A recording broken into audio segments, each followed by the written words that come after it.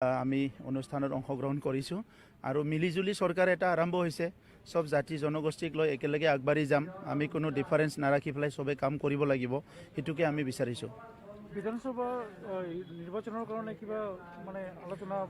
নাই আমাৰ ৰণকৌশল UPPL হিচাপে আমাৰ ৰণকৌশল আমাৰ চলি আছে বিজেপিয়ে নিজৰ ৰণকৌশল কি কৰিছে তেখেতসকলে জানিব আৰু আমাৰ যিটো ৰণকৌশল সেইটো আমি হয়তো সপ্তাহ 10 দিনৰ ভিতৰত আমাৰ মাজত আলোচনা বিলোচনা কৰি আমি ৰাইজক জনাই দিম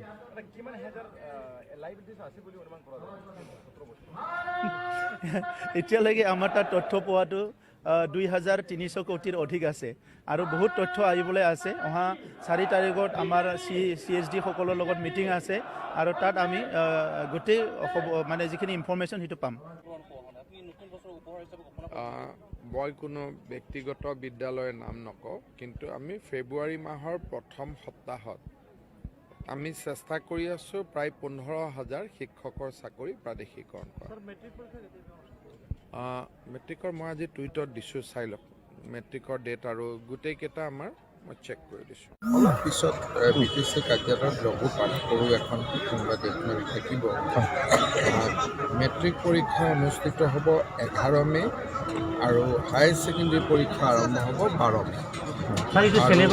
চিলেবাছৰ কিবা এটা হ'ব নেকি আগতে চিলেবাছ কমাই দিয়াই আছে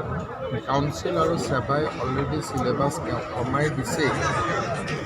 কিন্তু মই হায়াৰ ছেকেণ্ডেৰী ছায়েন্সৰ যোনে পৰীক্ষা দিব তেওঁলোকক মই চিলেবাছৰ প্ৰতি বেছি লক্ষ্য কৰিব হাক দিম কাৰণ মেডিকেল ইঞ্জিনিয়াৰিঙৰতো চিলেবাছ আমি কমাব নোৱাৰোঁ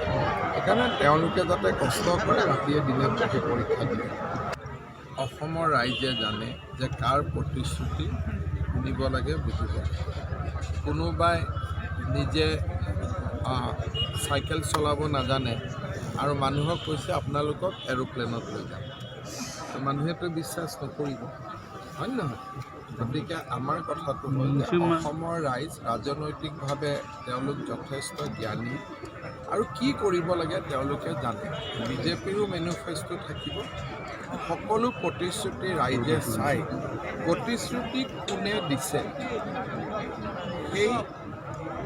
ব্যক্তিসকলৰ ওপৰত বিশ্বাস কৰি ৰাইজে ভোট এজিপিৰ লগত আমাৰ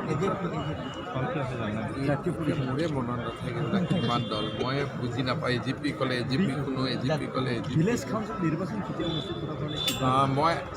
BTCৰ চিফক মই ৰিকুৱেষ্ট কৰিছোঁ যে 6 মাহৰ ভিতৰত নিৰ্বাচিত CBC DLCC যি নামেই দিয়ক কিয় হ'ব নামটো সলনি হ'ব পাৰে সেইটো তেওঁলোকে সিদ্ধান্ত লওক কিন্তু এই নাম দুটালৈ মানুহ মানে বৰ অফেণ্ডেড নাম দুটালৈ গতিকে নাম দুটাৰ জেগাত বেলেগ নাম দিব পাৰিলে ভাল কিন্তু আমি কৈছোঁ 6 মাহৰ ভিতৰত যদি ইলেক্টেড নহয় তেতিয়াহ'লে সেইটো ৰাইজক আমি প্ৰতাৰণা কৰা হ'ব ব্যৱস্থা কৰা নাছিলে কৰিব অলৰেডি আমি আলোচনা আৰম্ভ কৰিছোঁ তেওঁলোক অফিচত বহিছেহে কাইলৈৰ পৰা ডিপাৰ্টমেণ্ট কিজানি 1 তাৰিখে পাইছে বিজেপিয়ে আকৌ যিখিনি বাকী আছে তাত আকৌ যিটো আমাৰ ফৰ্মুলা আছে সেই ফৰ্মুলা ডিষ্ট্ৰিবিউশ্যন 50-50 নহয় তেওঁলোকৰ 11 আমাৰ 9 গতিকে 6 আৰু 5 6জন তেওঁলোকৰ হ'লে 5জন আমি এতিয়া অলপ ভাবিছোঁ যে 14টাৰ পৰা 16টা কৰাৰ কাৰণে কিন্তু কৰিলেও ৰেচিঅ'টো 9 আৰু 11 বিজেপি অলপ কমত থাকিব UPPL যিহেতু মেইন দল UPPL ওপৰত থাকিব 9:11 ৰেচিঅ'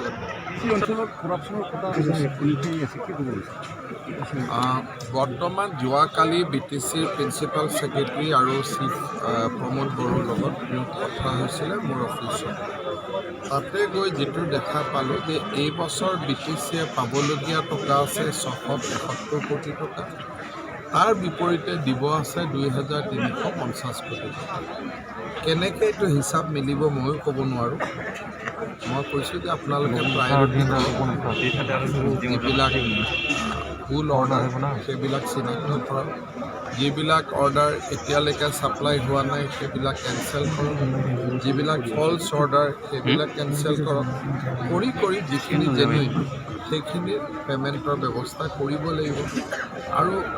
ৰাজ্য চৰকাৰেও যাতে উন্নয়নৰ প্ৰক্ৰিয়াটো চলি থাকে সেইকাৰণে এতিয়া আমাৰ BDCত ৰিভিউ আছে ৰাজ্য চৰকাৰৰ পৰা কিছু অতিৰিক্ত সহায়